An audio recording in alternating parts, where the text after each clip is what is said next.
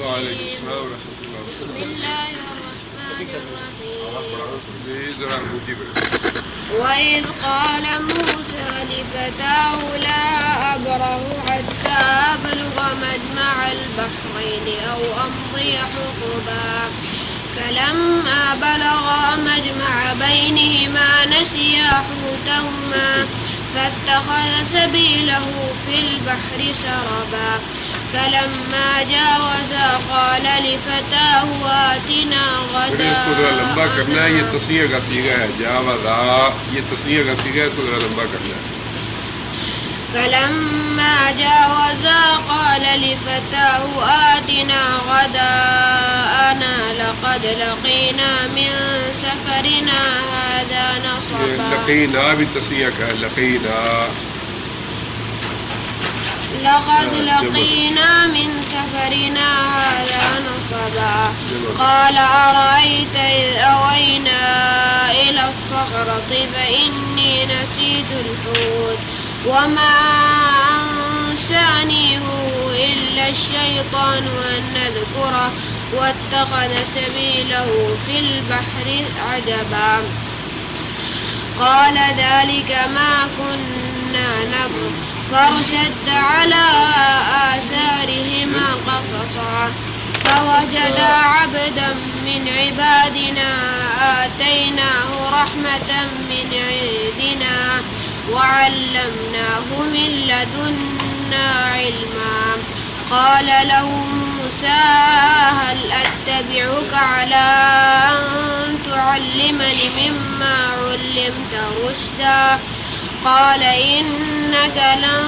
تستطيع معي صبرا وكيف تصبر على ما لم تحط به خبرا قال ستجدني إن شاء الله صابرا ولا أعصي لك أمرا قال فإن اتبعتني فلا تسألني عن شيء حتى أحدث لك منه ذكرا فانطلقا حتى إذا ركبا في السفينة خرقها قال أخرقتها لتغرق أهلها لقد جئت شيئا نمرا قال ألم أقل إنك لن تستطيع معي صبرا قال لا تؤاخذني بما نسيت ولا ترهقني من أمري عسرا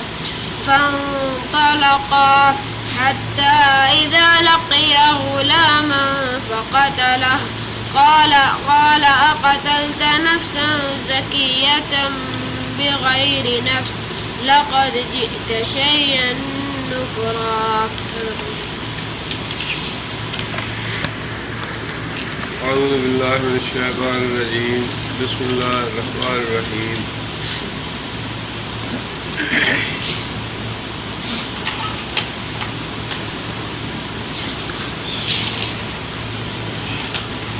یہاں سے ایک خاص واقعہ اللہ تعالیٰ نے بیان فرمایا ہے، موسیٰ علیہ السلام کا واقعہ اور حضرت خضر علیہ السلام کا واقعہ.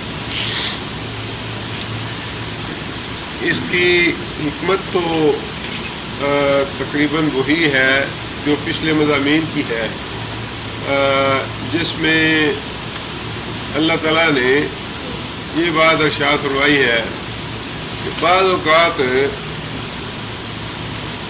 اسی بات کے حوالے سے اگر دیکھا جائے جو کفار مکہ نے کہی تھی کہ آپ کی مجلس میں یہ غریب اور مسکین لوگ آ کے بیٹھتے ہیں تو ان کے پاس ہم نہیں آگے بیٹھ سکتے، اس حوالے سے ہم یہ کہہ سکتے ہیں کہ اس واقعے میں یہ بات بتلائی گئی کہ جو چیزیں بظاہر ہمیں نظر آتی ہیں بظاہر ان کی حقیقت وہ نہیں ہوتی.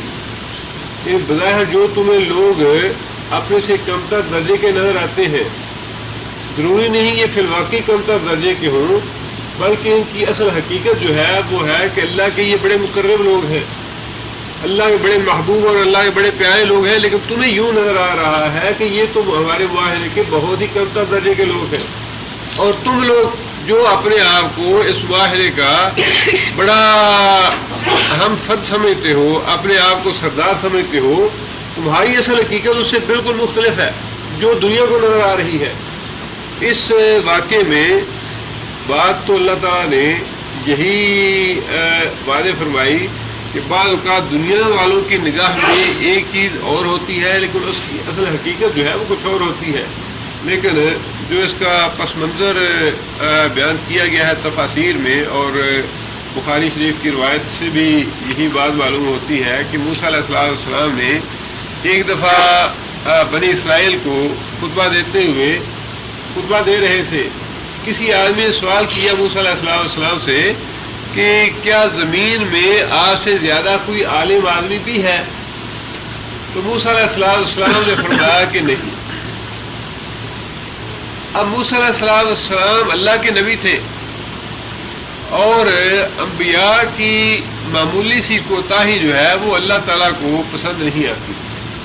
جس طرح نبی صلی اللہ علیہ وسلم نے یہ بات ارشاد فرمائی کہ میں تمہارے سوالوں کا جواب کل دوں گا اور انشاءاللہ کہنا بھول گیا، اللہ تعالیٰ کو نبی صلی اللہ علیہ وسلم کا یہ یوں جواب دینا پسند نہ آیا کہ میں کل آپ کو جواب دوں گا، اور اللہ تعالیٰ نے کچھ دیر کے لیے وحی کا سلسلہ روک لیا، بعد اس وجہ سے کہ نبی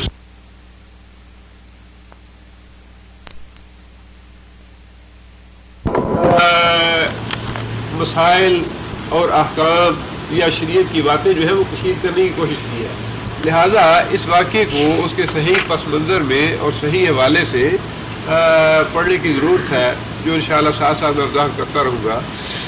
اللہ فرماتے ہیں وَإِذْ قَالَ مُوسَىٰ، اب وہ جو ساری بات ہے بخاری شریف میں ہے، جو اللہ تعالیٰ نے اختصار کے ساتھ وہ چھوڑ دی ہے، واقعے کو اختصار کے ساتھ بیان کیا گیا ہے، لہٰذا موسیٰ علیہ السلام کا اپنی قوم سے خطاب کرنا اور خطاب کے دوران یہ کہنا کہ میں سب سے بڑا عالم ہوں، اور پھر اللہ تعالیٰ کا یہ بتانا کہ فلاں جگہ پہ ایک عالم ہے جو تم سے بھی زیادہ علم رکھتا ہے، وہ ساری بات جو ہے وہ حذف کر دی گئی، اور واقعہ یہاں سے شروع کیا کہ موسیٰ علیہ السلام نے حضرت خضر علیہ السلام سے ملاقات کا ارادہ کر لیا اور اپنے سفر کی ابتدا کرتے ہیں اپنے ایک نوکر یوشع بن نون کو ساتھ لے کر۔ نوکر کا نام یوشع بن نون تھا، انہیں ساتھ لیا اور یہ سفر اختیار کیا۔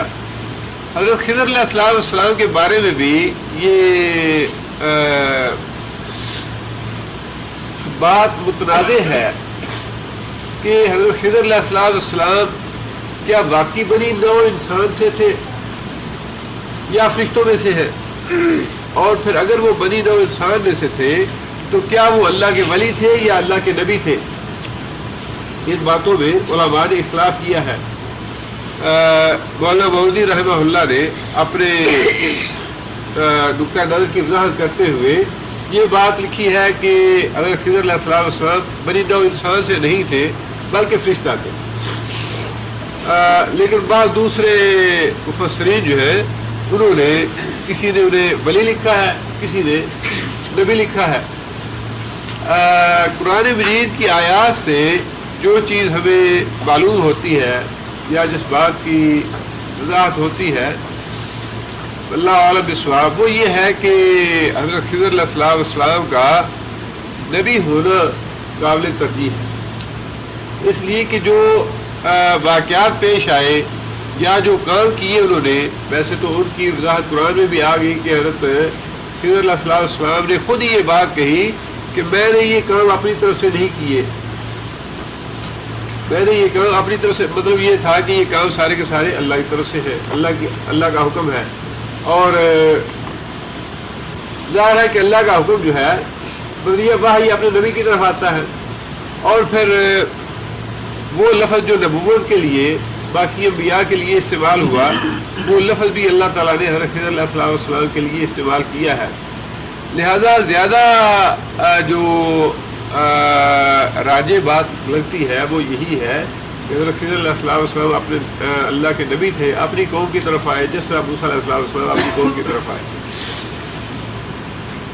جن لوگوں نے حضرت خضر علیہ السلام کو اللہ کا ولی تسلیم کیا ہے وہ ہے گروہ صوفیاء کا، اور سب سے پہلے گمراہی انہوں نے یہی سے اختیار کی کہ اللہ کا ولایت جو ہے وہ نبوت سے بالا تر کی، ولی جو ہے وہ معلم بن گیا، استاد بنا پیغمبر کا.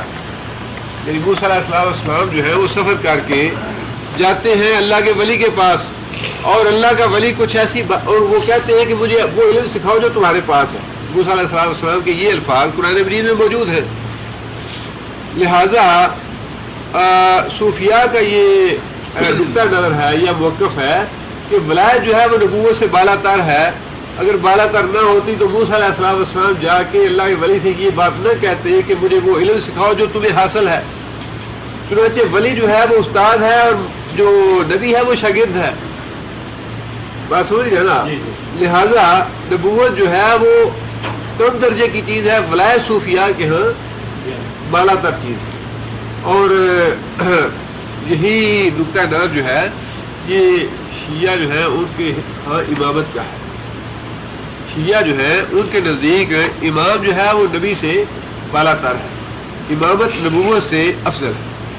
اور صوفیاء جو ہے ان کے نزدیک ولایت جو ہے وہ نبوت سے افضل ہے، جو کہ سراسر باطل عقیدہ ہے.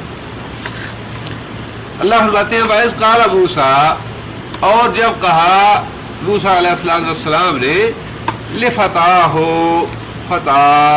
فتح کسے کہتے ہیں؟ نوجوان آدمی کو فتح کہتے ہیں، نوجوان آدمی. اور چونکہ موسیٰ علیہ السلام کے ساتھ جو آدمی تھا نوجوان تھا اور خادم بھی تھا.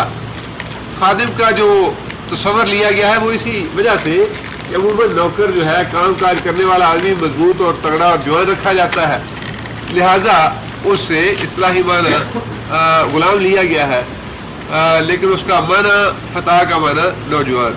جب موسیٰ علیہ السلام نے لفتح اپنے جوان سے کہا، اپنے غلام سے کہا، اپنے نوکر سے کہا، کیا کہا؟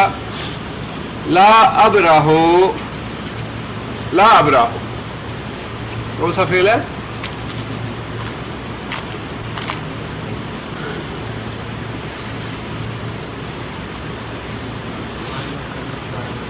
یہ مضارع ہے اور بعد متکلم ہے، مضارع منفی ہے. لا ابراہو، ابراہو کا معنی یہ سورہ یوسف میں لفظ آیا ہے. کس طرح؟ لن ابراہو، سورہ یوسف میں کیوں بھی لن ابراہا. ہم اب وہ جو جن لوگوں نے جب یہ بنیامین کو روک لیا یوسف علیہ السلام نے، تو جس آدمی جو ان سے اچھا آدمی تھا جس نے یہ غلطی کی طرف توجہ دلائی تھی، اس نے یہ بات کہی تھی کہ میں اب اپنے باپ کو منہ دکھانے کے قابل نہیں، میں شرمسار ہوں گا، لہٰذا میں نہیں ٹلوں گا اس جگہ سے، مصر سے میں نہیں جاؤں گا جب تک اللہ میرے لیے کوئی راہ پیدا کر دے یا میرا باپ مجھے گھر آنے کی اجازت دے دے. لندب رہا، میں نہیں ہٹوں گا اس زمین سے. اب یہ ابرا کا معنی ہے کسی کام سے الگ ہو جانا، کسی کام سے ہٹ جانا، کسی کام سے باہر آ جانا، کسی کام سے رک جانا. لا ابرا ہو، میں نہیں رکوں گا، میں نہیں باز آؤں گا، یا دوسرے معنوں میں کیا ہوگا؟ میں مسلسل چلتا جاؤں گا. نفی کا معنی لیا جائے تو یوں ہوگا لا ابرا ہو، میں نہیں رکوں گا، میں نہیں باز آؤں گا، میں نہیں ہٹوں گا چلنے سے. یا پھر مثبت معنی یہ ہوگا کہ میں چلتا ہی جاؤں گا حتیٰ کہ اب لوگا. کون سا فعل اب لوگا؟ مضارع ہے باہر متکلم، بالا کا معنی پہنچا، وہ پہنچا. اب لوگا میں پہنچ جاؤں. کہاں پہنچ جاؤں؟ مجمع البحرین. مجمع کیا معنی؟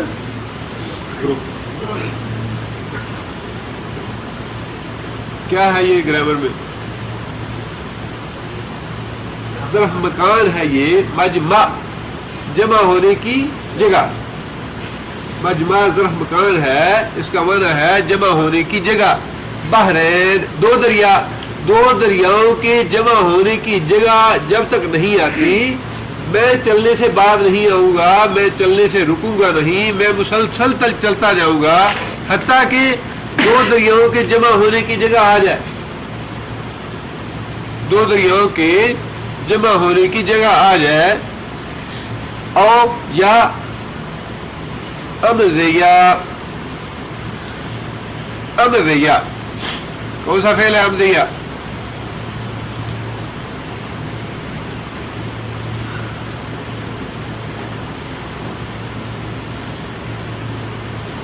امزیہ نمزیہ، مضارع ہے، بعض متکلم کا صیغہ ہے، مضا کا معنی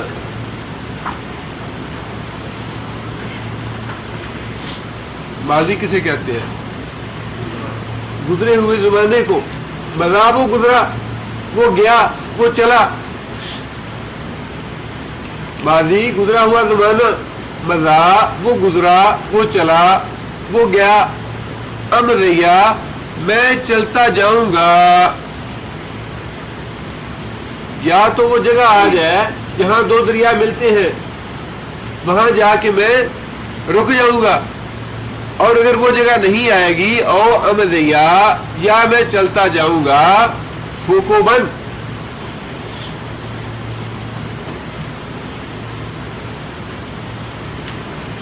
حکوبہ کسے کہتے ہیں؟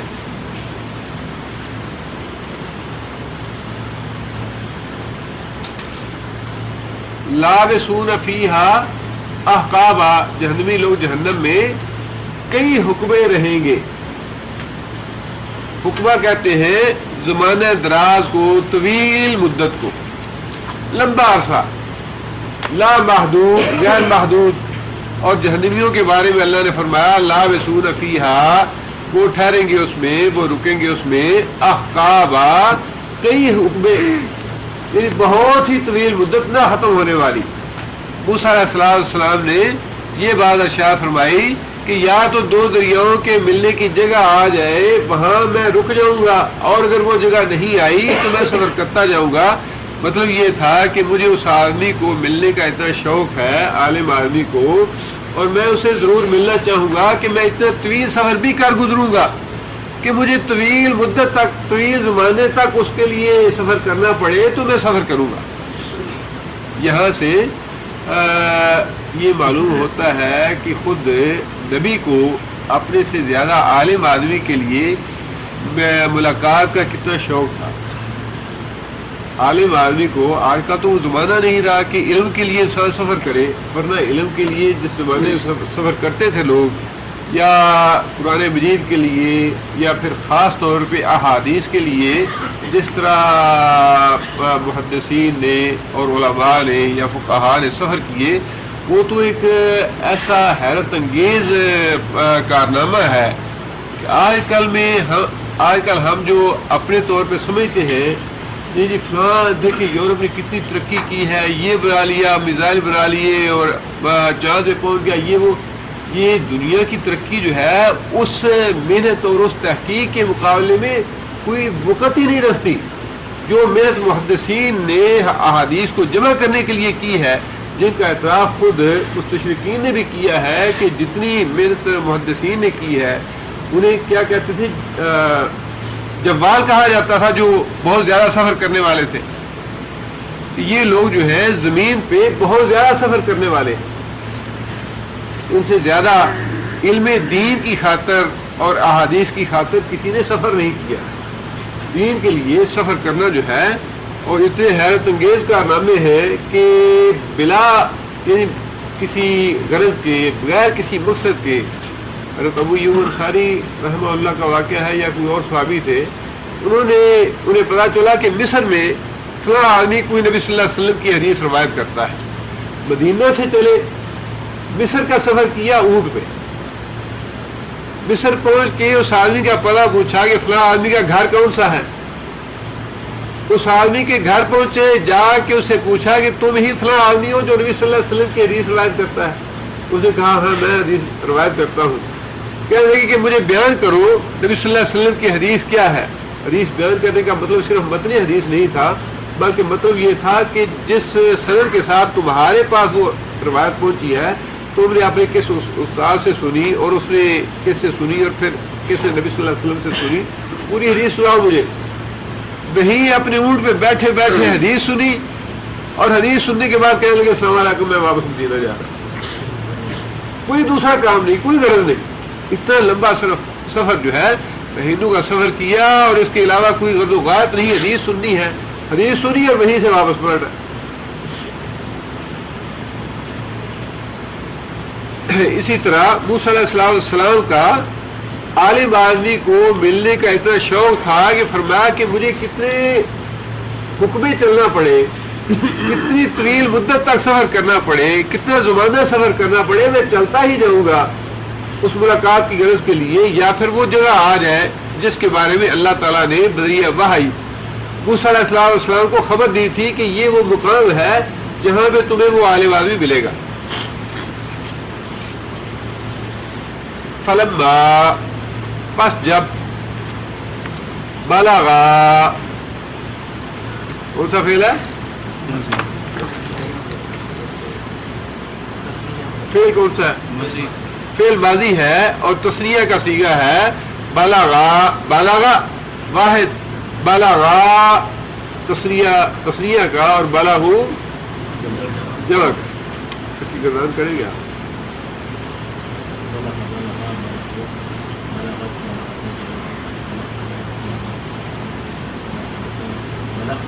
بلغ تو بلغ بلغا جب وہ دونوں پہنچے, دونوں سے مراد موسیٰ علیہ السلام اور ان کا نوکر یا خادم. فلما بلغا, قرآن مجید پڑھتے ہوئے اس بات کا لحاظ رکھنا چاہیے جہاں پہ تثنیہ کا صیغہ آئے اس کو تھوڑا لمبا کیا جائے تاکہ واضح. بلغا بلغا اس میں فرق ہے, بلغا صرف ہوگا تو وہ واحد کے لیے ہے, بلغا یہ دو کے لیے. فلما بلغا جب وہ دونوں پہنچے مجمع جمع ہونے کی جگہ پہ. اب اس بارے میں بھی مفسرین نے بہت سی بحث کی ہے کہ یہ سفر موسیٰ علیہ السلام کا کس زمانے کا ہے اور یہ مجمع البحرین جگہ جو ہے یہ کہاں پہ ہے. اگرچہ اس واقعے کے لیے دو باتوں کا معلوم ہونا کوئی ضروری نہیں, اگر معلوم نہ بھی ہو تو کوئی فرق نہیں پڑتا. جو بات اللہ تعالیٰ نے بیان فرمائی یا جو اس کا مقصد ہے وہ پورا ہو جاتا ہے. مفسرین نے بحث کی ہے. بہرحال جو قرینے قیاس بات لگتی ہے وہ یہی ہے کہ سوڈان کا دارالحکومت خرطوم جو ہے وہاں پہ دریائے ابیض اور دریائے بحر ازرق اور بحر ابیض دونوں ملتے ہیں بالکل خرطوم شہر کے پاس.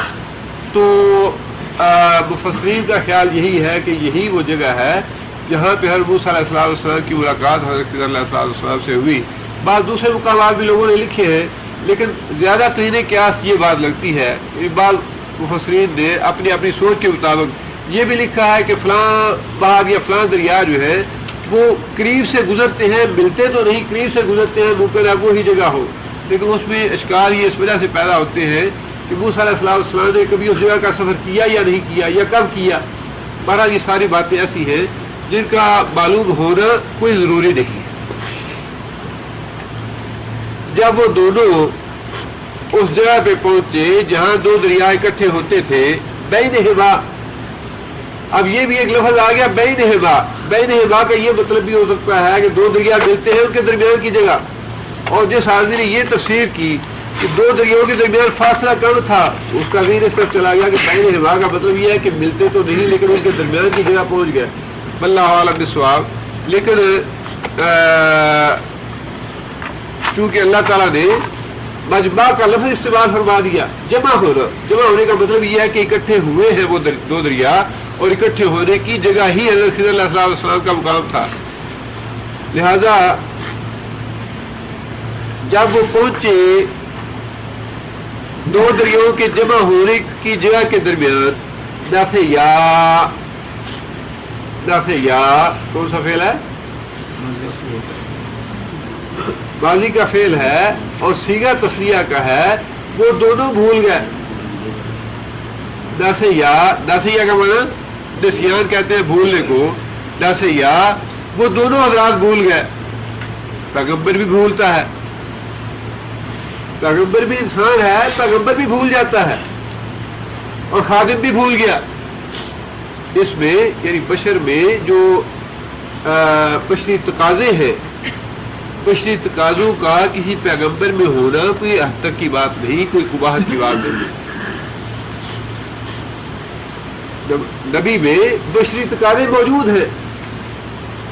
نبی کھاتا بھی ہے, پیتا بھی ہے, سوتا بھی ہے, جاتا بھی ہے, بھولتا بھی ہے, یاد بھی آتا ہے, ساری باتیں ہیں, اور اس کی تصدیق قرآن مجید سے ہوتی ہے, جیسے کہ یہاں بھی ہوگی کہ پیغمبر بھی بھول گیا, بشری تقاضا ہے. جیسے یا دونوں بھول گئے. جو تفصیل حدیث میں ہے وہ یہ ہے کہ جب دونوں حضرات وہاں پہنچے مجمع البحرین پہ, تو دونوں حضرات تھکے ہوئے تھے, سو گئے. دونوں نے اپنے سفر کے لیے یا اللہ تعالیٰ کی ہدایت کے مطابق مچھلی اپنی ایک ساتھ رکھی بیگ میں یا ٹوکری میں, اور اللہ تعالیٰ نے یہ بات بدریہ واحد بتا دی تھی موسیٰ علیہ السلام کو کہ جہاں یہ مچھلی غائب ہو جائے گی وہی مقام ہوگا خضر علیہ السلام سے ملاقات. دونوں وہاں پہ آ کے سو گئے. موسیٰ علیہ السلام سو گئے, خادم کی آنکھ کھل گئی. خادم کی جب آنکھ کھلی تو اس نے یہ دیکھا کہ وہ جو مچھلی تھی ٹوکری میں وہ زندہ ہوئی, اور زندہ ہونے کے بعد سمندر میں یا دریا میں چلی گئی, اور اس طریقے سے چلی گئی کہ اس کا راستہ بن گیا پانی میں. جس طرح موجودہ تھا موسیٰ علیہ السلام کا, اللہ نے فرمایا کہ پتھر پہ اپنا عصا مارو, اور پانی سے 12 راستے بن گئے 12 قبیلوں کے لیے, اور پانی جو ہے وہ کھڑا ہو گیا اپنی جگہ پہ اللہ کے حکم سے. اب یہ ساری باتیں جو ہیں یہ ہیں تو ایمان بالغیب والی. اب کافر کے لیے, نہ ماننے والے کے لیے تو ساری باتیں عجیب ہیں, لیکن مسلمان اور مومن کے لیے یہ ساری باتیں اللہ کے حکم سے ہیں, اور اللہ تعالیٰ پوری قدرت رکھتا ہے ایسی باتیں دکھانے کی. خادم نے یہ دیکھا کہ وہ مچھلی سمندر میں چلی گئی, دریا میں چلی گئی, اور اس کے جانے کا باقاعدہ راستہ بن گیا سرنگ کی طرح. اس نے خود دیکھا اپنی آنکھوں سے, اور اس نے یہ سوچا کہ جب موسیٰ علیہ السلام جاگیں گے تو میں انہیں یہ عجیب و غریب واقعہ بتاؤں گا کہ جہاں ہم آرام کرنے کے لیے لیٹے تھے, ہم لوگ سو گئے تھے, میری آنکھ کھلی اور میں نے دیکھا کہ وہ مچھلی جو ہم نے اپنے ساتھ لی تھی وہ سمندر میں زندہ ہوئی اور سمندر میں چلی گئی, اور اس کا راستہ باقاعدہ بن گیا. پانی جو ہے وہ ملا نہیں, ساتھ راستہ بن گیا.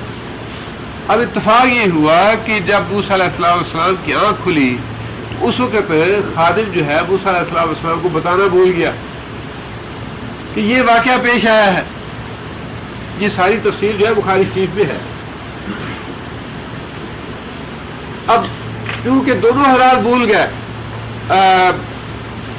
وہ خادم بھول گیا بتانا, اور موسیٰ علیہ السلام کو تو ویسے ہی پتہ نہیں چلا. مفسرین نے وضاحت میں یہ لکھا ہے کہ موسیٰ علیہ السلام کو اس سے بات پوچھنی کوئی بھول گیا اس کے بارے میں, مچھلی کے بارے میں یا کوئی ایسی بات, اور خادم جو ہے ویسے بتانا بھول گیا. لہذا دونوں کے بارے میں اللہ نے ارشاد فرما دیا نہ سے یا, وہ دونوں بھول گئے مچھلی کا معاملہ. موسیٰ علیہ السلام پوچھنا بھول گیا, وہ بتانا بھول گیا. نہ سے یا, دونوں بھول گئے. حوت کا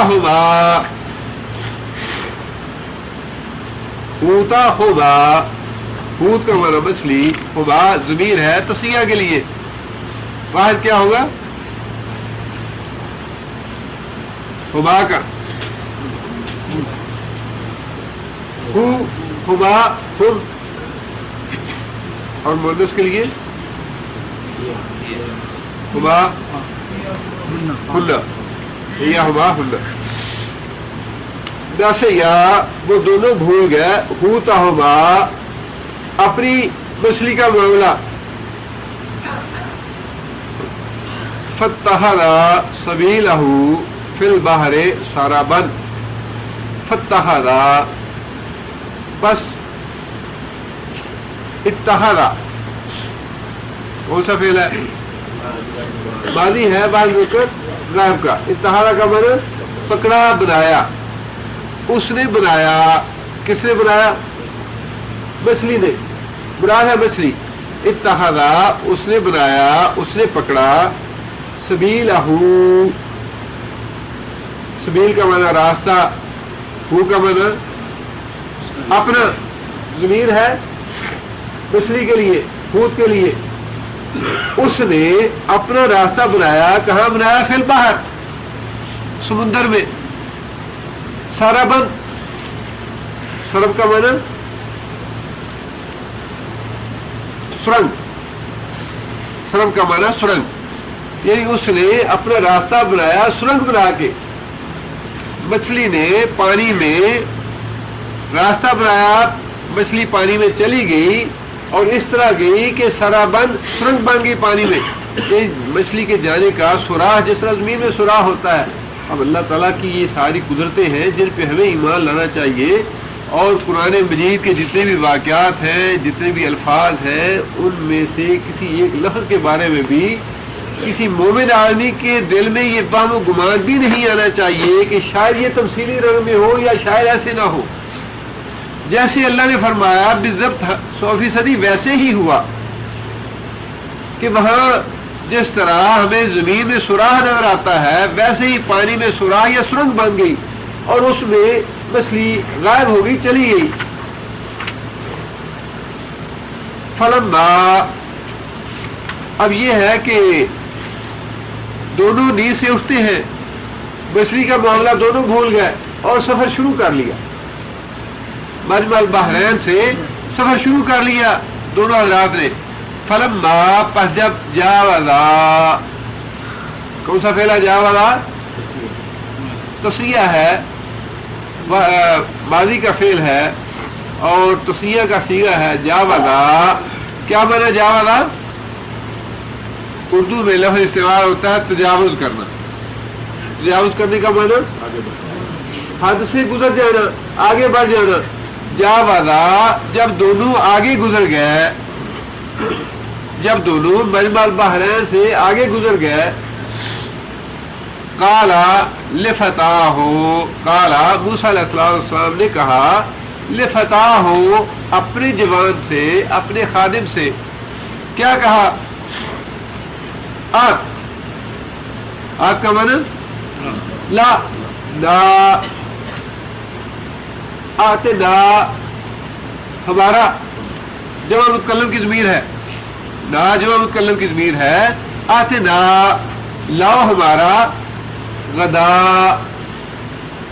غدا جسے کہتے ہیں لنچ کو، ناشتے کو، غدا آنا، لاؤ ہمارا ناشتہ،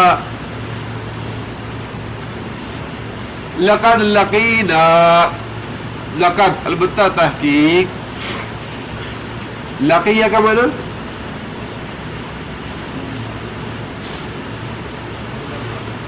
ٹی وی پہ اکثر آتا ہے الی اللقاء، لقاء کا معنی ملاقات، لقیہ وہ ملا، اس نے ملاقات کی، لقینا، کون سا فعل ہے لقینا؟ لقائی تو میں ملا، لقینا ہم ملے، کس سے ملے؟ جی لقینا، لقینا، لقی تو لقینا، لقینا ہم ملے، نصبن، نصبہ کا معنی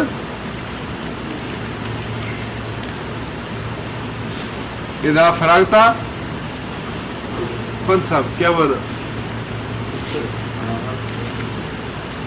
تھک جا عبادت کر کر کے، نصب کا معنی تھکنا۔ لقینا ہم نے ملاقات کی، ہماری ملاقات ہوئی کیسے؟ نصبن، تھکاوٹ سے۔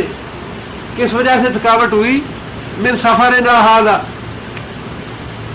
تھکاوٹ سے ملاقات ہوئی، مطلب یہ کہ ہم تو بہت زیادہ تھک گئے ہیں، من سفرنا ھذا، اپنے اس سفر سے، سمجھ گئے؟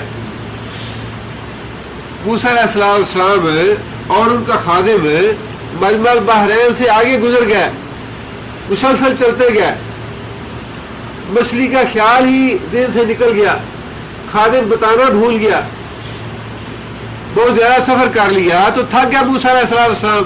اب یہ بھی بشری تقاضا ہے. تھکنا جو ہے پیغمبر ہے، ایسے تو نہیں ہے کہ تھکے گا نہیں. بشری تقاضے جو ہے وہ پیغمبر میں بھی موجود ہے. بھوک بھی لگی موسیٰ علیہ السلام کو، تھکاوٹ بھی ہوئی، بھول بھی گئے، ساری باتیں بشری تقاضے والی. اب اس کے باوجود اس پہ اصرار کرنا نہیں جی وہ تو نور میں سے نور ہوتے ہیں یا نوری مخلوق ہوتے ہیں یا وہ اللہ کے نور سے نور ہے. یہ ساری باتیں قرآن مجید نے تو ایک ایک بات کی عقیدے کا نام لے کے بھی تردید کی ہے، اور واقعات جو ہیں وہ بھی ایک ایک بات کی تردید کرتے ہیں کہ نبی میں بشری تقاضے موجود ہیں.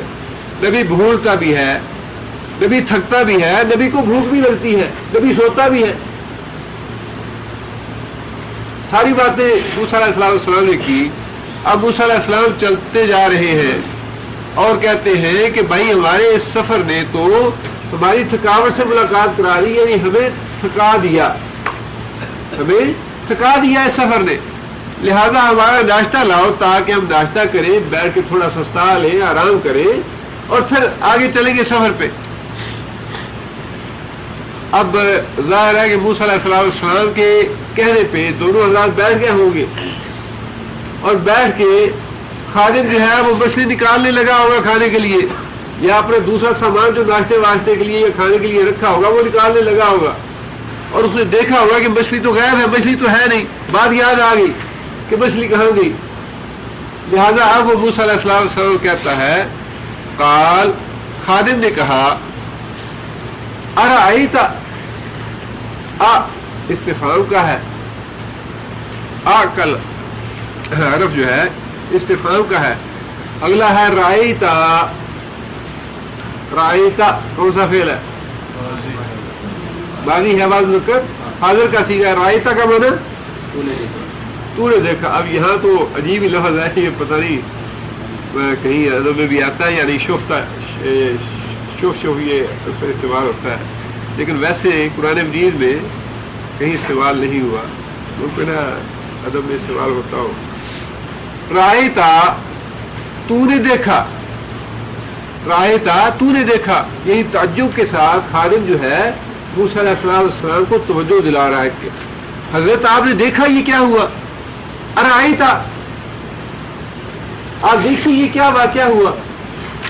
اب موسیٰ علیہ السلام کی جب توجہ ہو گئی تو پھر وہ خادم کہتا ہے، اذ آوینا، اذ جب، آوینا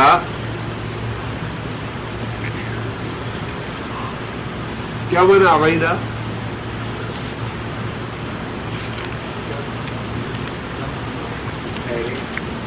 آوینا کا مانا پناہ لینا. یہ پہلے لفظ کہاں استعمال ہوا بلا؟ سورہ ہود میں. کیا ہود علیہ السلام نے کیا بات کہی؟ او آوی الی رکن شدید، ایسے الفاظ.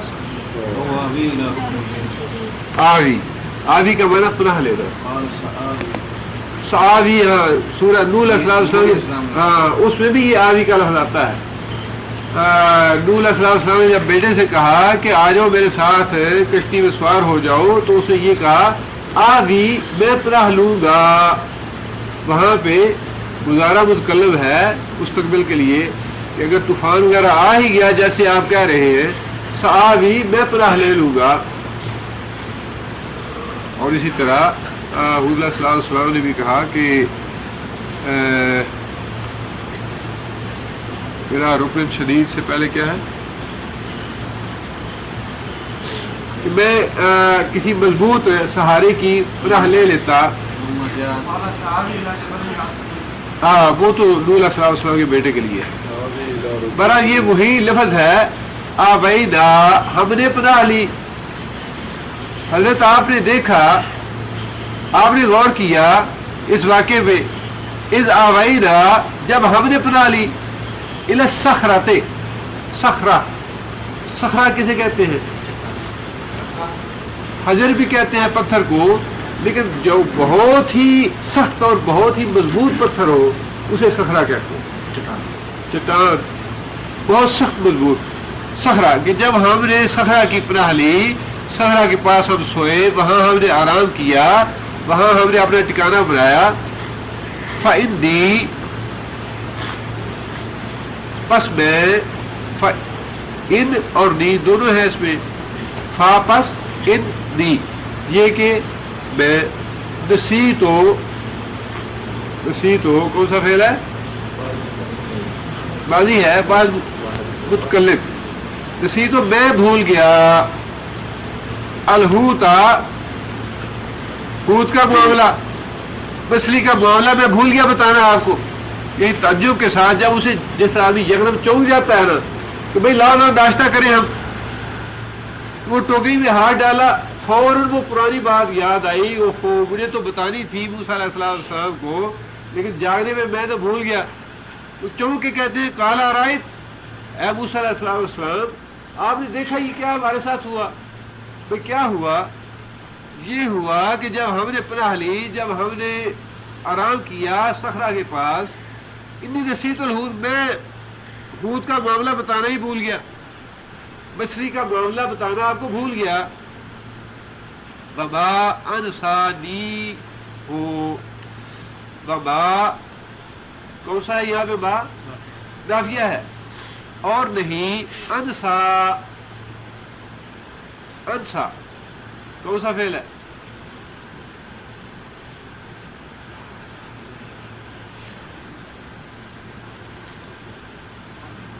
ماضی ہے اور سیگا بعد میں کر گیا ہے. انسا کا معنی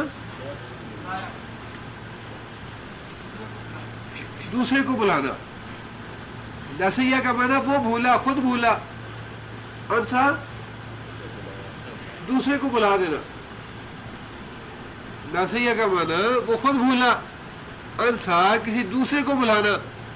مخاطب کہتا ہے ما اور نہیں انسانی، مجھ کو بلایا.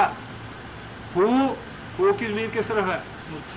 وہ بات، مچھلی والی بات، حوت والا معاملہ جو ہے وہ مجھے نہیں بلایا الا شیطان، مگر شیطان نے وہ مجھے بلا دی بات آپ کو بتانی. میں جو بات آپ کو بتانا چاہتا تھا حوت کے معاملے میں، وہ بات شیطان نے مجھے بلا دی کہ میں آپ کو بتاؤں. ان اذکرہ، یہ کہ اذکرہ میں ذکر کروں، اس کا یہی مچھلی کا.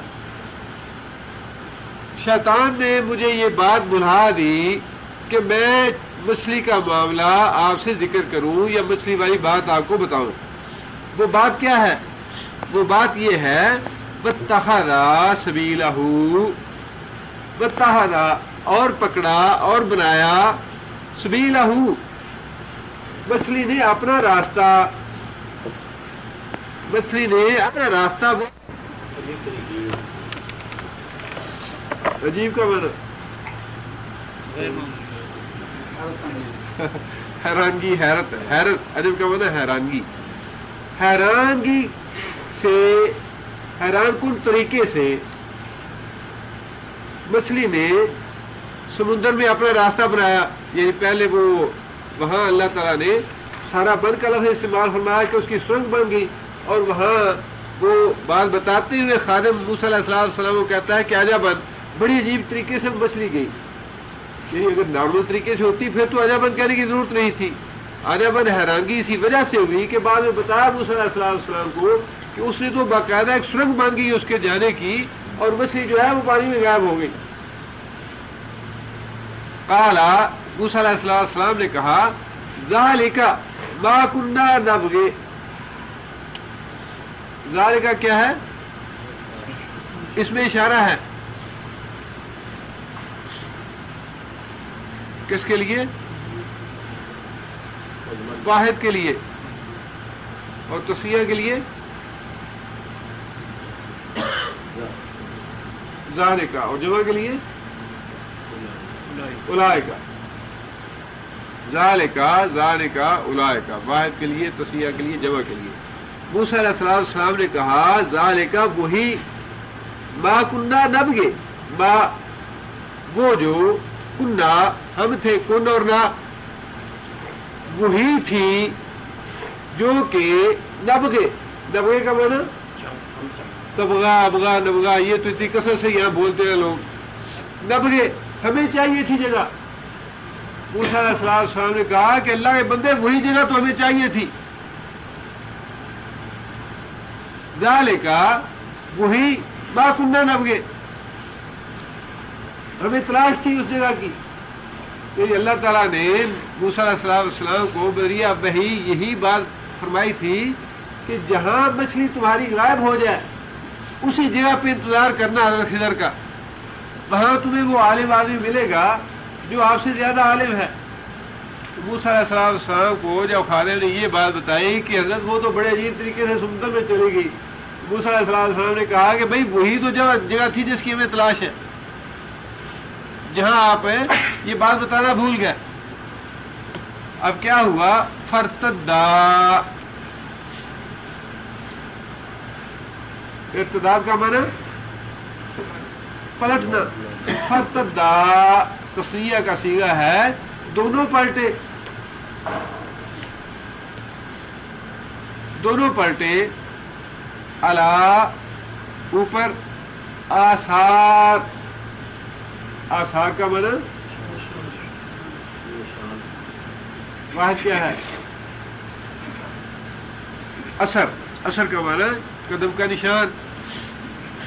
بعض حضرات اپنے نام کے ساتھ اثری لکھتے ہیں. کیا معنی اس کا؟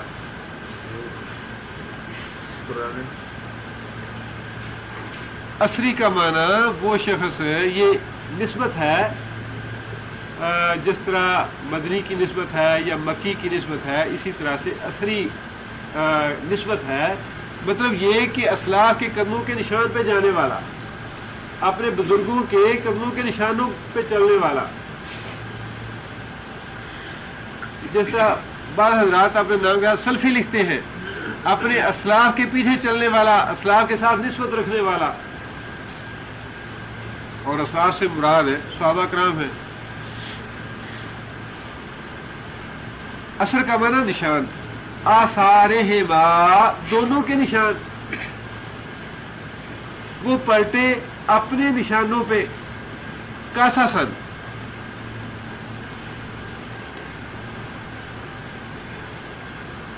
کسا کا معنی، کاسا سا کا معنی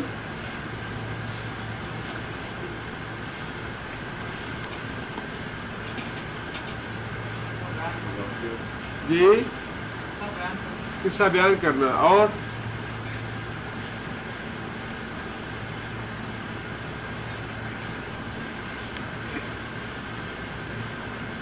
واف اللہا آگے،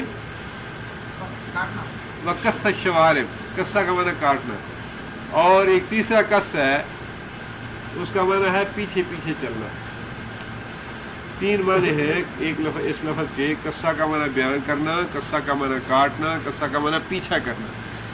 وہ اپنے قدموں کے نشانوں کا پیچھا کرتے ہوئے چلے، پلٹے قدموں کے نشانوں پہ پیچھا کرتے ہوئے، اپنے قدموں کے نشانوں کے پیچھے پیچھے چلے. یعنی جس راستے سے آئے تھے اسی راستے پہ اپنے قدموں کے نشان دیکھتے ہوئے واپس پلٹے. حدیث ہے ضعف اللہا. ضعف اللہا کیا معنی؟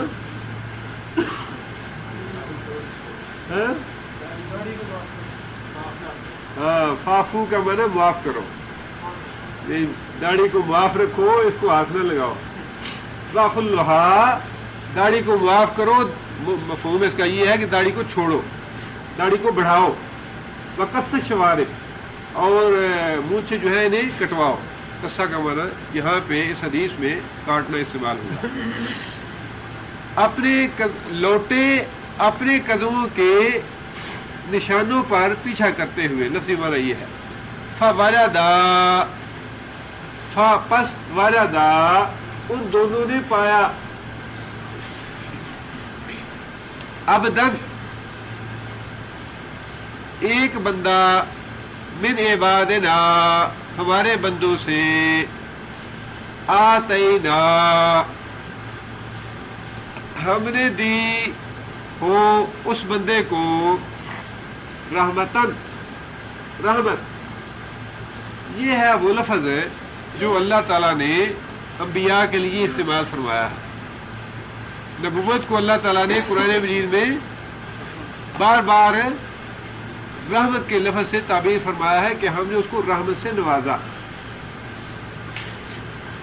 یہ شاید سورہ ہود میں بار بار اللہ نے فرمایا جب پیغمبروں کا اور قوم کا جھگڑا آتا ہے اس میں پیغمبر میں کہتے ہیں کہ جب اللہ نے مجھے دلائل بھی دیے اور مجھے اپنی رحمت سے بھی نوازا، آتانی رحمتن، اس طرح کے الفاظ ہیں کہ مجھے اپنی رحمت بھی دی. وہاں رحمت سے مراد نبوت ہے. اور یہاں بھی چونکہ اللہ تعالیٰ نے یہ لفظ استعمال فرمایا کہ جب وہ دونوں وہاں پہنچے مجمع البحرین والی جگہ پہ تو انہوں نے وہاں ہمارے بندوں میں سے ایک بندہ پایا، آتیناہ، جس کو ہم نے دی رحمت الرحمت، جس کو ہم نے اپنی رحمت سے نوازا. لہذا یہ لفظ تو اس بات کی وضاحت کرتا ہے یا اس بات کی طرف اشارہ کرتا ہے کہ حضرت خضر علیہ السلام جو ہے وہ اللہ کے نبی ہیں. اور جو آگے واقعات آ رہے ہیں یا جو معاملات آ رہے ہیں وہ بھی اس بات کی نشاندہی کرتے ہیں کہ وہ کام وہی کر سکتا ہے جس کا اللہ سے براہ راست بذریعہ وحی تعلق ہے. اور سارے جتنے بھی اشکالات ہیں یہ سارے دور ہو جاتے ہیں اگر انہیں نبی مان لیا جائے. اب ایک بات جو ہے صوفیاء کے ہاں، جیسے میں نے پہلے بتایا آپ کو، ان کے ہاں عقیدہ یہ بھی پایا جاتا ہے کہ حضرت خضر علیہ السلام زندہ ہے، خضر علیہ السلام زندہ ہے، اور اس کے بارے میں بڑی قصے کہانیاں بھی پائی جاتی ہیں. خضر علیہ السلام کی نماز بھی صوفیاء پڑھتے ہیں، 12 رکعتیں ہیں، اور اس میں پہلی میں یہ پڑھو، دوسری میں یہ پڑھو، تیسری میں یہ، اس طرح کی مختلف صورتیں ہیں. اور اس کے بعد کہا یہ جاتا ہے کہ جو آدمی یہ نماز پڑھے گا، مسلسل پڑھتا رہے گا، اسے ملاقات ہوگی خضر علیہ السلام کی.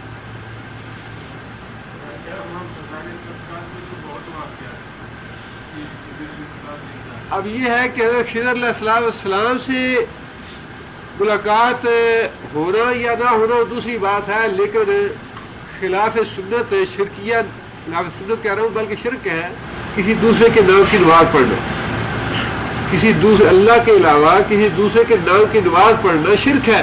اب جو آدمی شرک سے مبتلا ہو جائے گا اس کی خضر علیہ السلام سے ملاقات ہو نہ ہو شیطان سے تو ہونی ہے. شیطان تو آئے گا بزرگ کی شکل میں، کہے گا کہ میں ہی خضر ہوں، بتاؤ کیا خدمت کروں تمہاری. اور یہی وہ غالب کا بھی ایک شعر ہے نا، کیا کیا خضر نے سکندر سے، اب کس کو رہنما کرے کوئی. خضر علیہ السلام نے پیا ہے، آب حیات سے مراد وہ پانی جو زندگی باقی رکھنے والا ہے، ہمیشہ کی زندگی دینے والا ہے. اب وہ پانی حضرت خضر علیہ السلام نے پیا ہوا ہے، اور کہیں ملاقات ہوئی رستوں سے بھی اس کو بھی پلا دیا، وہ بھی زندہ ہے، کہیں پہاڑوں میں پھرتا مرتا ہے کیا ہے لیکن زندہ ہے وہ بھی. اور سکندر جو تھا اس نے بھی خواہش کی، اس سے بھی ملاقات ہوئی خضر علیہ السلام کی، اس نے بھی پینے کی خواہش کی، تو خضر علیہ السلام نے اس کو چکمہ دے دیا، اس کو ادھر ادھر کر دیا اور اس کو نہ پینے دیا. تو غالب صاحب نے اس پہ شعر لکھا، یہ کیا کیا خضر نے سکندر سے، کہ خضر علیہ السلام نے چکمہ دے کے اس کو آب حیات سے محروم کر دیا سکندر کو. اب کس کو رہنما کرے کوئی. یعنی ساری یہ بکواس ہے، ان کا نہ قرآن سے تعلق ہے نہ حدیث سے تعلق ہے، سارے باطل عقائد ہیں، ساری 100% گمراہی کی باتیں ہیں. لیکن بتانے کا مطلب یہ ہے کہ اچھے بھلے پڑھے لکھے، اب جو دانشور ہماری زبان میں کہا جاتا ہے یا ہمارے کلچر میں جنہیں کہا جاتا ہے، ہمارے ہاں تو صرف دانشور وہ ہے جو قرآن و سنت کا عالم ہے، جو کتاب و سنت کا عالم ہے. ہمارے نزدیک تو وہ دانشور ہے، وہ عالم ہے، وہ فقیہ ہے، وہ سب کچھ ہے. لیکن ہمارے کلچر میں وہ عالم ہے یا وہ فنکار ہے یا بڑی عزت والا ہے یا بڑا جاننے والا ہے جو کتاب و سنت سے دور واہیات اور فضول قسم کی ساری باتیں جو ہے ان پہ عقیدہ رکھتا ہے یا ایمان رکھتا ہے یا کر گزرتا ہے. اب خضر علیہ السلام کے بارے میں یہ بھی عقیدہ پایا جاتا ہے، اور اس عقیدے کے ساتھ اتنی گمراہی ہے اللہ تعالیٰ پناہ دے. اور اس لحاظ سے بھی اگر واقعی ایسے ہے، ایسا نہیں ہے، خضر علیہ السلام فوت ہو چکے، اگر زندہ ہوتے تو رسول اللہ صلی اللہ علیہ وسلم کی خدمت میں ضرور حاضر ہوتے، نبی صلی اللہ علیہ وسلم پہ ایمان لاتے، نبی صلی اللہ علیہ وسلم کے ساتھ مل کے جہاد کرتے، نبی صلی اللہ علیہ وسلم کا ساتھ دیتے، لیکن ایسا نہیں ہوا۔ لہذا یہ بات تو قطعی طے ہے کہ خضر علیہ السلام کی موت ہو چکی ہے۔ جن کا یہ عقیدہ ہے وہ سراسر غلط ہے۔ اللہ فرماتے ہیں کہ موسیٰ علیہ السلام نے وہاں پہنچ کے ہمارے بندوں میں سے ایک بندہ پایا جس کو ہم نے اپنی رحمت سے نوازا، من عندنا، اپنی طرف سے، وعلمناہ، علمنا، کون سا فعل علمنا؟ علمنا جمع متکلم، ماضی کا فعل ہے، جمع متکلم کا صیغہ ہے۔ علمنا کا کیا معنی؟ ہم نے سکھایا ہو اس آدمی کو، من لدنا، لدیا، لدینا، لدیا کا معنی میرے پاس، لدینا ہمارے پاس، لدنا ہمارے پاس، من لدنا، لدن اور نا دونوں کو اکٹھا کیا ہوا ہے، من لدنا اپنی طرف سے، علم جس کو ہم نے اپنی طرف سے علم دیا ہوا تھا۔ اب جنہوں نے فتنہ ڈالا ہے، بات بالکل واقعی اللہ کی سچی ہے، جو ذلو بہی کثیرا ویہدی بہی کثیرا، جن لوگوں پہ اللہ کا فضل ہوتا ہے اس قرآن سے وہ ہدایت پاتے ہیں، اور جو لوگ اللہ کی رحمت سے محروم ہوتے ہیں، جو لوگ اللہ کی نافرمانی کرنے والے ہیں، وہ اسی قرآن مجید سے گمراہ ہوتے ہیں۔ اب یہی جو علم ہے لدنا، اس سے صوفیاء نے کیا بنا لیا؟ علم لدنی۔ ایک تو علم ہے درسی اور ایک ہے علم جو سینہ بسینہ چلتا ہے، لدنی رکھا ہے۔ اور اس سے آگے وہ فارسی میں شاید یہ رومی صاحب ہیں یا کون صاحب ہیں جن کا یہ شعر ہے کہ علم درسی نبود، علم درسی نبود، علم درسی نبود۔ اصل علم جو ہے وہ درسی نہیں ہے، کتابوں کا علم نہیں ہے، بلکہ اصل علم جو ہے وہ کون سا ہے؟ علم در سینہ بود، علم وہ ہے جو سینہ بسینہ چلے۔ اب یہاں سے بھی صوفیاء نے کیا کیا کہ علم کی قسمیں نکالنی، کہ علم تو دو طرح کے ہیں، ایک ظاہری علم ہے اور ایک باطنی علم ہے۔ ظاہری علم تو وہ ہے جسے علماء جانتے ہیں کہ بھئی ظاہر میں جو قرآن مجید کی آیتیں ہیں ان کا ترجمہ کر دیا، لوگوں کو بتا دیا کہ بھئی یہ ہے قرآن مجید کی آیتوں کا ترجمہ۔ ایک وہ علم ہے جو ان آیتوں کا باطنی علم ہے جس کو صرف صوفیاء جانتے ہیں۔ اور پھر یہاں تک وہ معاملہ پہنچ گیا کہ صوفیاء جو ہے حدثنا قلبی ان ربی، حدثنا قلبی ان ربی، کیا معنی؟ ہمیں بیان کیا میرے دل نے، ان ربی میرے رب سے، یعنی میرا دل جو ہے اس کے براہ راست رب نے یہ ہدایت مجھے نازل کی، یا یہ علم مجھے علم لدنی کے حوالے سے وہ یہی سمجھتے ہیں کہ یہ سینہ بسینہ جیسا اللہ نے فرمایا کہ ہم نے اس کو علم لدنی دیا تھا، اسی طرح یہ صوفیاء جو ہیں ان کے ہاں یہ علم لدنی کے بیان کرنے کے لیے جس طرح محدثین جو ہیں وہ بیان کرتے ہیں، ان مالک ان نافع ان ابن عمر ان النبی صلی اللہ علیہ وسلم، کہ حضرت مالک جو ہے انہوں نے حضرت نافع سے بات سنی، حضرت نافع نے عبداللہ بن عمر سے سنی، عبداللہ بن عمر نے حضرت عمر سے سنی، انہوں نے نبی صلی اللہ علیہ وسلم سے سنی، یہ سند ہے۔ اب صوفیاء کے ہاں سند یہ ہے کہ حدثنی قلبی ان ربی، اور صرف اتنی ہی بات نہیں بلکہ کہتے یہ ہیں کہ بھائی ہمارا علم جو ہے علم لدنی جو ہے وہ تو بہت ہی زیادہ افضل ہے علماء کے علم سے، اس وجہ سے کہ ہم تو کہتے ہیں کہ حدثنی قلبی ان ربی، کہ میرے دل نے میرے رب سے روایت کی، اور دل بھی زندہ اور رب بھی زندہ۔ اور یہ محدثین جو ہیں جو علم لیے پھرتے ہیں جب یہ بیان کرتے ہیں کہ بھائی کہاں سے حدیث سنی تو کہتے ہیں جی یہ مالک سے سنی، بھائی مالک کہا ہے وہ تو فوت ہو گیا۔ اچھا مالک کیا کہتا ہے؟ مالک کہتے ہیں کہ ان نافع، میں نے نافع سے بات سنی، بھائی نافع کدھر ہے؟ وہ تو فوت ہو گیا، وہ تو مر گیا۔ اچھا نافع نے کس سے بات سنی؟ میں نے عبداللہ بن عمر سے سنی، ان عبداللہ بن عمر، بھائی عبداللہ بن عمر کیا وہ فوت ہو گیا۔ ان عمر سے سنی، عمر کا وہ بھی فوت ہو گیا. آگے پھر محمد صلی اللہ علیہ وسلم تک معاملہ پہنچ جاتا ہے کہ یہ تو معاذ اللہ ثم معاذ اللہ صوفیاء کی زبان میں یہ تو مردوں کا علم ہے. حدیثیں جو ہے یہ تو مردوں کا علم ہے، ہمارا علم زندوں کا ہے. حدثنی قلبی عن ربی، کہ میرے دل نے میرے رب سے روایت کی، جو زندہ ہے وہ تو مرتا ہی نہیں. تو علم میرا افضل ہوا صوفیاء کا یا علم علماء کا افضل ہوا؟ باطنی علم افضل ہوا یا ظاہری علم افضل ہوا؟ اتنی یہ گمراہی ہے، اتنی بربادی ہے، اتنی ہلاکت ہے. یہ صوفیاء کا جو نقطہ نظر ہے یا صوفیاء کی جو لائن ہے، اللہ تعالیٰ معاف کرے کہ یہ یعنی جو کافر ہیں وہ تو ویسے ہی کفر ہے. اب یہ تو اسلام کے اندر آ کے اسلام کی جڑیں کاٹ رہے ہیں. اب اس سے زیادہ بڑی نبی صلی اللہ علیہ وسلم کی، اللہ کی اور اللہ کے رسول کی گستاخی. اسی لیے جو علماء ہیں انہوں نے ایسی بات کہنے والے کو کافر قرار دیا، اور اس کے کفر میں کوئی کسی کو شک نہیں کرنا چاہیے. اس کی وجہ یہ ہے، وجہ بڑی واضح ہے. جو آدمی یہ کہتا ہے کہ حدثنی قلبی عن ربی، میرے دل نے میرے رب سے روایت کیا، اس کا مطلب ہے کہ وہ نبی صلی اللہ علیہ وسلم کی ذات سے مستغنی ہے. وہ بندہ حضرت محمد صلی اللہ علیہ وسلم کی نبوت سے، نبی صلی اللہ علیہ وسلم کی رسالت سے، نبی صلی اللہ علیہ وسلم کی تعلیم سے اپنے آپ کو مستغنی سمجھتا ہے. اور جو آدمی نبی صلی اللہ علیہ وسلم کی ذات سے مستغنی ہو گیا، نبی صلی اللہ علیہ وسلم کی نبوت سے مستغنی ہو گیا، جو آدمی نبی صلی اللہ علیہ وسلم کی رسالت سے مستغنی ہو گیا، اس سے بڑا بدبخت کافر کون ہو سکتا ہے؟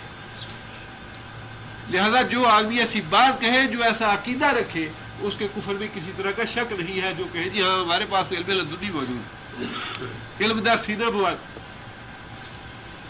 بہت بڑی ہلاکت ہے. علم جو ہے وہ بالکل وہی ہے. دیکھیے نا، اگر علم، اب یہ تو کہنے کی باتیں ہیں جی. نبی صلی اللہ علیہ وسلم نے حضرت علی کو بات بتائی کہ بھائی یہ بات ہے، لیکن کسی کو بتانا نہیں. حضرت حذیفہ کو بتائی کہ بھائی یہ علم میں تمہیں دے رہا ہوں، یہ کسی کو آگے بتانا نہیں. اللہ کے نبی کا تو یہ کام ہی نہیں کہ علم کو خفیہ رکھے یا وہ بات بتائے. جو اللہ نے بات بتائی نبی کو، نبی کا تو یہ کام ہی نہیں کہ اس کو چھپا کے رکھے. اللہ نے تو قرآن میں فرمایا کہ نبی بخیل نہیں ہے. جو علم ہم اسے پہنچاتے ہیں وحی کے ذریعے، یہ تم تک پہنچاتا ہے، اسے بندور پہنچاتا ہے. لہذا یہاں سے صوفیاء نے علم لدنی کا جواز یا علم لدنی کی حقائق جو ہے وہ بنائی ہے کہ اللہ تعالیٰ فرماتے ہیں علمنا ہو، ہم نے سکھایا اس کو من لدنا علما، اپنی طرف سے علم. اب جو اصل اس کی وضاحت ہے یا تشریح ہے وہ یہ ہے کہ ظاہر بات ہے کہ اللہ تعالیٰ نے ایک آدمی کو اپنی رحمت سے، نبوت سے نوازا ہے. اب اللہ فرماتے ہیں میں نے اس کو اپنے پاس علم دیا، بھائی بدریہ وحی دیا. سیدھی سی بات ہے. اللہ نبیوں کو کیسے علم دیتا ہے؟ بدریہ وحی دیتا ہے. کہیں اللہ وضاحت کے ساتھ بات فرما دیتے ہیں کہ ہم نے وحی کی، اور کہیں فرما دیا ہم نے اس کو علم دیا. اس میں کوئی فرق کی بات نہیں ہے، اس لیے کہ اللہ کا ایک طریقہ ہے، قاعدہ ہے، جو اللہ تعالیٰ نے بار بار قرآن مجید میں ارشاد فرمایا، اس کی وضاحت فرمائی ہے کہ ہم اپنا علم جو ہے انبیاء کو یا رسولوں کو بدریہ وحی بھیجتے ہیں. لہذا اللہ نے فرما دیا کہ ہم نے اس کو علم دیا، اور یہ بات معذوف کر دی، حذف کر دی کہ وحی کے ذریعے. لیکن یہ تو معلوم سی بات ہے، معروف بات ہے کہ اللہ تعالیٰ نے جو علم دیا اس اپنے بندے کو، جس کو اپنی رحمت سے نوازا، جس کو نبوت سے نوازا، وہ علم بدریہ وحی دیا. کتنی باتیں ہیں جو اللہ نے حذف کر دی. اس واقعے میں بھی کتنی باتیں ہیں جو اللہ نے حذف کر دی. آدھا واقعہ جو ہے وہ تو حدیث سے ہم نے لیا ہے، اور آدھی باتیں جو ہے وہ اللہ نے قرآن میں ارشاد فرمائی ہے. بہت سی ایسی جگہ ہیں جہاں پہ اللہ تعالیٰ نے ساری باتیں وضاحت کے ساتھ نہیں فرمائی. ویسا ہی یہاں پہ ہے کہ ہم نے اس آدمی کو علم سے نوازا بدریہ وحی. قال لہ، کہا واسطے اس کے موسیٰ علیہ السلام نے، حل کیا اتبعو، کون سا فعل اتبعو؟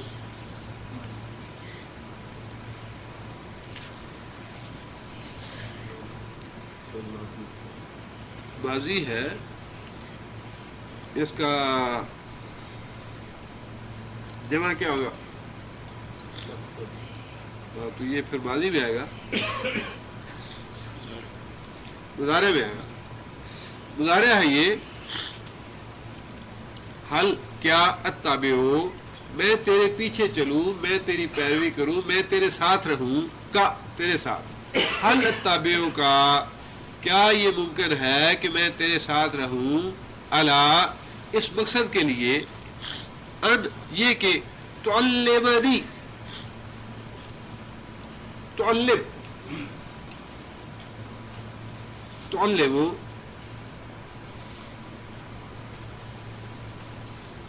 کون سا فعل ہے تعلم؟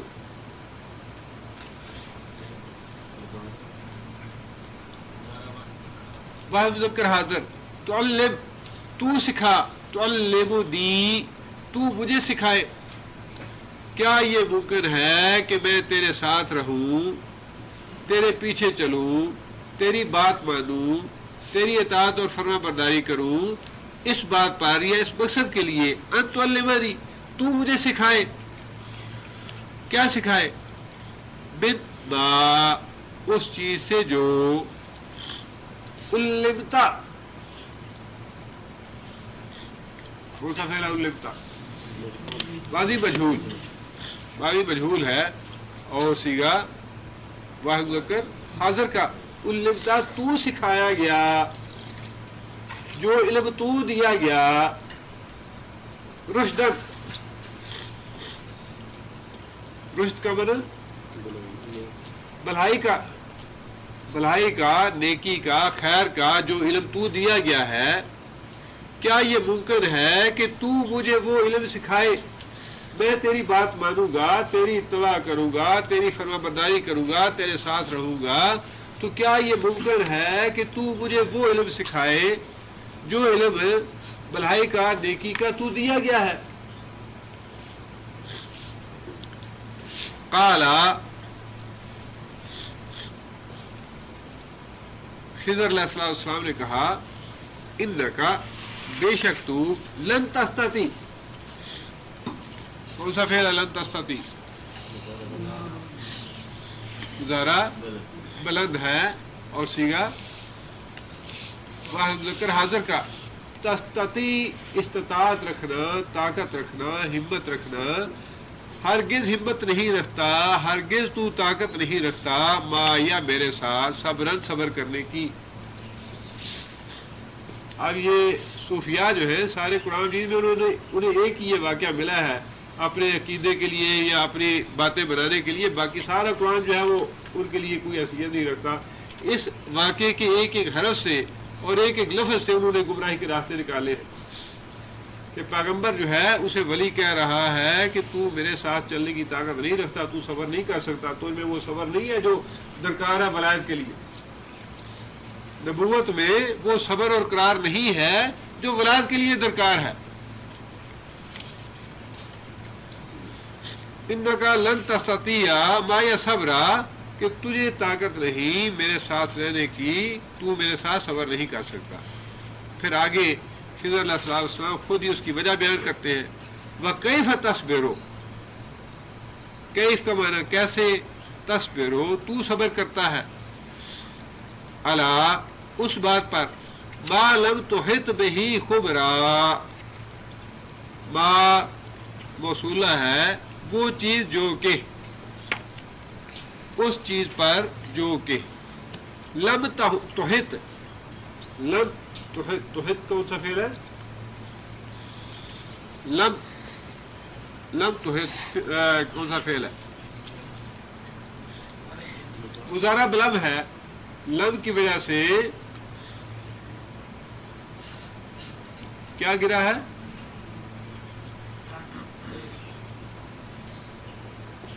تحطا.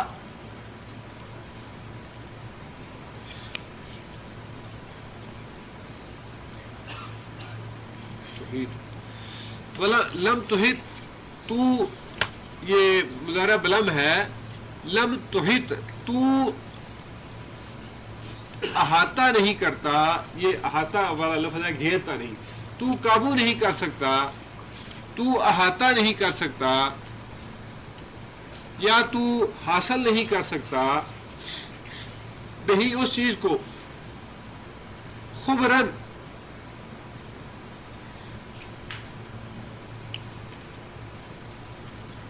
یہ کی ضمیر کس طرف ہے؟ ماں کی طرف. اس بات کو، یعنی اس بات کا تو احاطہ نہیں کر سکتا، تو قابو نہیں کر سکتا اس چیز کو، خبرن جس کی تجھ میں خبر نہیں، جس کی پہلے سے تجھے خبر نہیں، اس بات پہ تو صبر نہیں کر سکتا، اس بات کو تو قابو نہیں کر سکتا کہ جس بات کا تجھے علم نہیں ہوگا اس پہ صبر کرنا تیرے لیے مشکل ہوگا۔ وَكَيْفَ تَصْبِرُ، اور تو صبر کر بھی کیسے سکتا ہے، عَلَىٰ مَا اس چیز پر جو کہ لم تحط بہ خبرا، جس کا احاطہ کرنا یا جو تیرے قابو میں آنا ممکن نہیں، تیری سمجھ سے بالا ہے، جو تیری سمجھ میں نہیں۔ خبیر کا معنی خبر رکھنے والا، خبر کا معنی باخبر ہونا، یعنی جس کی خبر ہے تیرے قابو میں نہیں، یوں کہہ لیجیے کہ جس کی خبر تیرے قابو میں نہیں، جو تیرے علم میں نہیں بات، اس پہ تو صبر بھی کیسے کر سکتا ہے؟ جو بات تیرے علم میں نہیں اس پہ تو صبر بھی کیسے کر سکتا ہے؟ قال موسیٰ علیہ السلام نے فرمایا ستجدنی، تجدو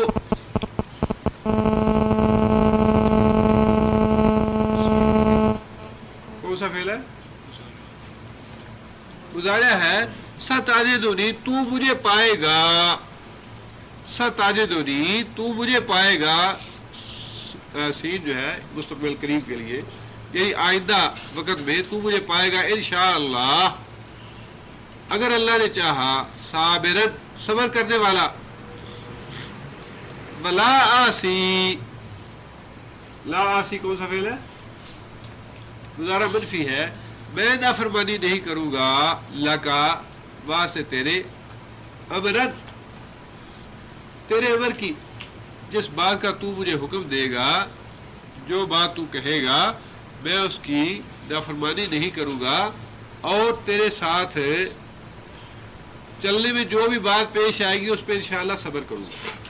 یعنی موسیٰ علیہ السلام نے خضر علیہ السلام سے یہ وعدہ کر لیا، یا خضر علیہ السلام نے موسیٰ علیہ السلام سے یہ وعدہ لے لیا اور ساتھ چلنے کی اجازت دے دی۔ آگے اللہ فرماتے ہیں کہ قالا، اب خضر علیہ السلام ایک اور ہدایت دیتے ہیں اسے، موسیٰ علیہ السلام کو، فَإِنِ اتَّبَعْتَنِي، فَإِن پس اگر، اتبعتنی، اتبعتا تو نے میری پیروی کی، تو میرے ساتھ چلے، نی میرے ساتھ، فلا تسألنی پس نہ سوال کر مجھ سے، نہ سوال کرنا مجھ سے، ان شاید کسی چیز کے بارے میں، حتیٰ کہ احدثا کون سا فعل ہے؟ گزارا ہے، واحد متکلم کا صیغہ ہے، حدث کسے کہتے ہیں؟ حدیث نئی چیز، اصل میں جب بات زبان سے نکلتی ہے، جب بھی نکلتی ہے وہ نئی ہے، ایک نئی سے جو جب بھی انسان بات کرتا ہے، اس لیے اس کو اصطلاحی معنوں میں تو بات اس کا ہے معنی، لیکن ویسے حدیث کا معنی ہے ماڈرن یا جدید یا نئی چیز۔ تو یہاں بھی احدثا جب میں آغاز کروں، جب میں ابتدا کروں، جب میں شروع کروں، لکا واسطے تیرے، من ہو اس سے ذکر کرنا، یعنی جب میں از خود اپنی طرف سے کوئی کسی بات کا ذکر کروں تیرے ساتھ، تو میں تجھے خود بتا دوں گا، اس کی وضاحت کر دوں گا، لیکن تو مجھ سے کوئی سوال نہ کرنا، اگر میرے ساتھ چلنا ہے تو مجھ پہ کوئی اعتراض نہ کرنا، مجھ سے کوئی سوال نہ کرنا، مجھ سے کوئی بات نہ پوچھنا، ہاں البتہ میں اپنی طرف سے آج خود تجھے کوئی وضاحت کرنا چاہوں تو میں اس کا ذکر کر دوں گا۔ یہ خضر علیہ السلام نے ہدایت کی موسیٰ علیہ السلام کو۔ یہ دیکھیے نا، بات تو بڑی سیدھی سی ہے کہ موسیٰ علیہ السلام کو اللہ تعالیٰ نے بھیجا اسی لیے کہ بھئی جو بات تم نے کہی تھی، تمہیں اس کا اندازہ ہو جائے کہ تم نے یہ بات اچھی نہیں کہی، یا تمہیں یہ بات نہیں کہنی چاہیے تھی، یہ کہنا چاہیے تھا کہ واللہ عالم، اللہ کو خوب معلوم ہے کہ مجھ سے زیادہ کوئی عالم ہے یا نہیں دنیا میں، یہ کہنا چاہیے تھا۔ اب وہی چیز تو اللہ تعالیٰ موسیٰ علیہ السلام کو محسوس کرانا چاہتے ہیں کہ تو اس سے زیادہ ہے علم اس کے پاس. اب وہ تو جو چیز اللہ تعالیٰ سکھانا چاہ رہے ہیں یا بتانا چاہ رہے ہیں موسیٰ علیہ السلام کو وہ تو آنی ہی ہے اس میں. لیکن اب اس سے یہاں یہ کیسے نتیجہ نکل آیا کہ ولایت جو ہے وہ نبوت سے افضل ہوگی؟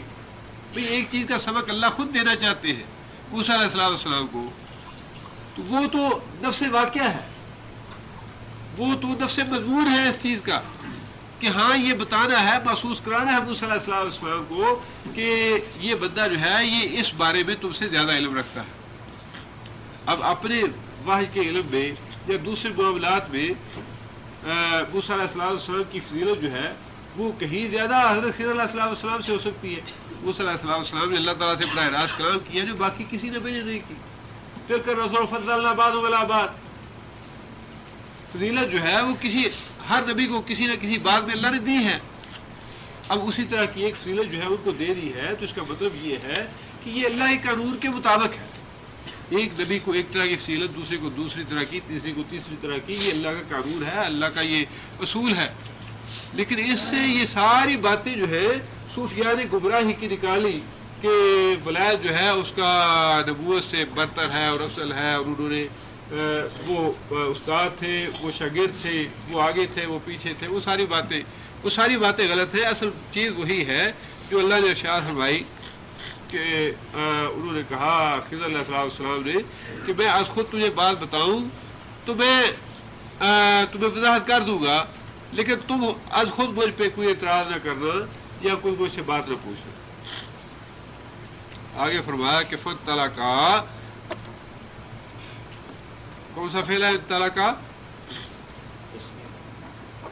ماضی ہے، تصیغہ کا صیغہ ہے انطلقا. پس وہ دونوں چلے، حتیٰ کہ اذا رکبا، دونوں سوار ہوئے، فی السفینۃ کشتی میں. خارقہ کون سا فعل ہے؟ خارقہ ماضی ہے، واضح کر غائب کا صیغہ ہے. اب یہ وضاحت حدیث میں ملتی ہے کہ کشتی کے پاس جب گئے حضرت خضر علیہ السلام اور موسیٰ علیہ السلام، کشتی میں جو لوگ سوار تھے انہوں نے خضر علیہ السلام کو پہچان لیا، اس علاقے کے لوگ ہوں گے، پہچان لیا، اور دونوں کے پاس پیسے ویسے نہیں تھے تو ان کو انہوں نے بطور احسان اور بطور نیکی کے کشتی میں بٹھا لیا کہ دونوں حضرات بیٹھنا چاہتے ہیں، پیسے نہیں ہے. اس کے باوجود انہوں نے ان کو پہچان کے بٹھا لیا خضر علیہ السلام کو. سوار ہو گئے دونوں. پھر سفینہ نے خارا کہا، خضر علیہ السلام جو ہے انہوں نے اس کشتی کو کیا کیا؟ ہا کی ضمیر کس طرف ہے؟ سفینہ کی طرف. خارا کا اس کو توڑ دیا، اس کا ایک پھٹا نکال دیا کشتی کا. قال موسیٰ علیہ السلام نے کہا خرقتا، کیا خرقتا تو نے توڑ دیا، ہاں اس کو یعنی کشتی کو.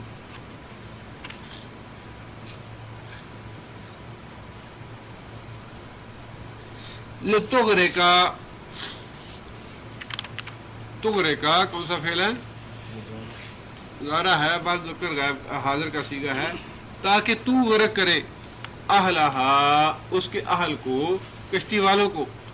لقد جئتا، لقد البتہ تحقیق، جئتا تو لایا، آیا یا لایا دونوں بارے. جئتا تو لایا، شاید چیز، کام، بات. ابرا،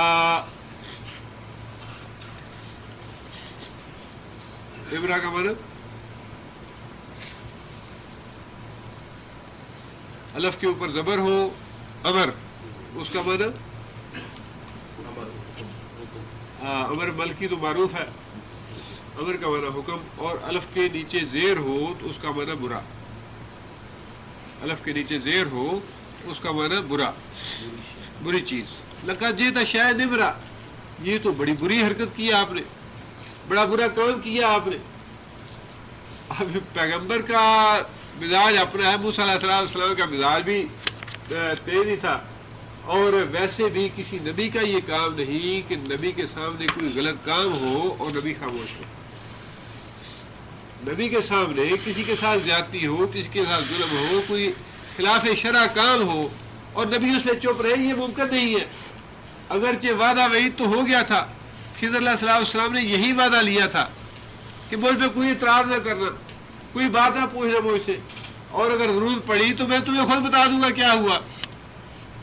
لیکن موسیٰ علیہ السلام نہ رہ سکے، اور موسیٰ علیہ السلام نے فوراً ہی کہہ دیا کہ بھائی احسان تو کیا انہوں نے کہ ان کے پاس پیسے نہیں ہیں، اور ان دونوں آدمیوں کو بٹھا لو، اور آپ نے بیٹھتے ہی پھٹا نکال دیا کہ غرق ہو جائیں گے سارے کشتی والے.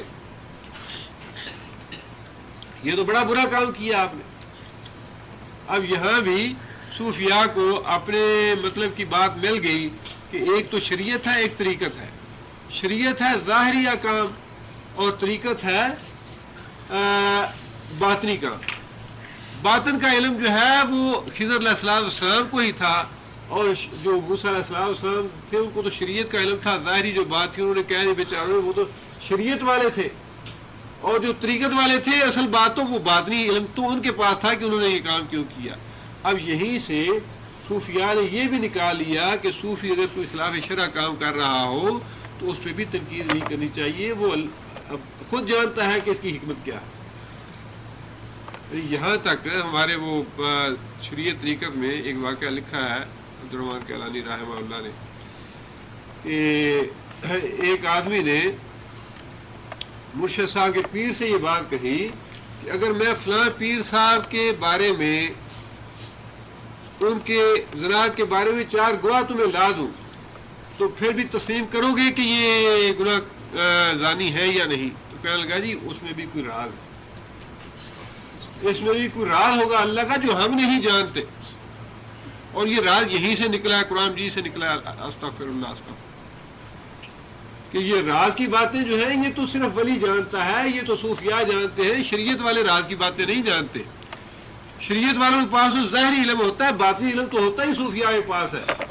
اور یہ صوفیاء کا اور علماء کا جو جھگڑا ہے یہ تو اسی طرح زمانے سے چل رہا ہے، اسی وجہ سے کہ صوفیاء جو ہیں ان کے ہاں ذرا جا کے آپ دیکھیں اسی کیا کرتب ہوتے ہیں. اب آپ کسی بھی مزار پہ چلے جائیے، جو کچھ ہوتا ہے وہاں پہ صوفیاء بیٹھے ہیں یا مجاور بیٹھے ہیں، اور جو غلاظت اور گند اور بدماشی اور بدکاریاں ہوتی ہیں وہ ساری لوگ دیکھتے ہیں، اس کے باوجود پھر وہاں جاتے ہیں. اس کی وجہ کیا ہے؟ اس کی وجہ یہی گمراہی ہے کہ یہ جو حضرت صاحب یا صوفیاء کام کرتے ہیں ان کے باطنی راز ہیں، اور ان کے باطنی علوم جو ہے یہ یہی جانتے ہیں. علماء تو ایسے ان پہ تنقید کرتے ہیں، علماء تو ایسے برا بلا کہتے ہیں جس طرح تنقید کی موسیٰ علیہ السلام نے ہمارے ولی پہ. باغ اللہ صبح باغ اللہ یضل بہ کثیرا ویہدی بہ کثیرا. بے شمار لوگ جو ہے اسی قرآن کو پڑھ کے گمراہ ہو جاتے ہیں، بے شمار لوگ جو ہیں اللہ انہیں ہدایت دیتا ہے. اللہ تعالیٰ سے دعا، اسی لیے اللہ تعالیٰ نے قرآن مجید میں قرآن مجید کو پڑھنے سے پہلے بسم اللہ کا حکم تو نہیں دیا، اعوذ باللہ کا حکم دیا. اذا قرأت القرآن فاستعذ باللہ من الشیطان الرجیم. جب قرآن پڑھنا شروع کرو تو شیطان مردود سے اللہ کی پناہ طلب کرو، تاکہ قرآن مجید سے کوئی غلط مطلب یا غلط مفہوم جو ہے وہ تمہارے ذہن میں نہ بٹھا دے شیطان.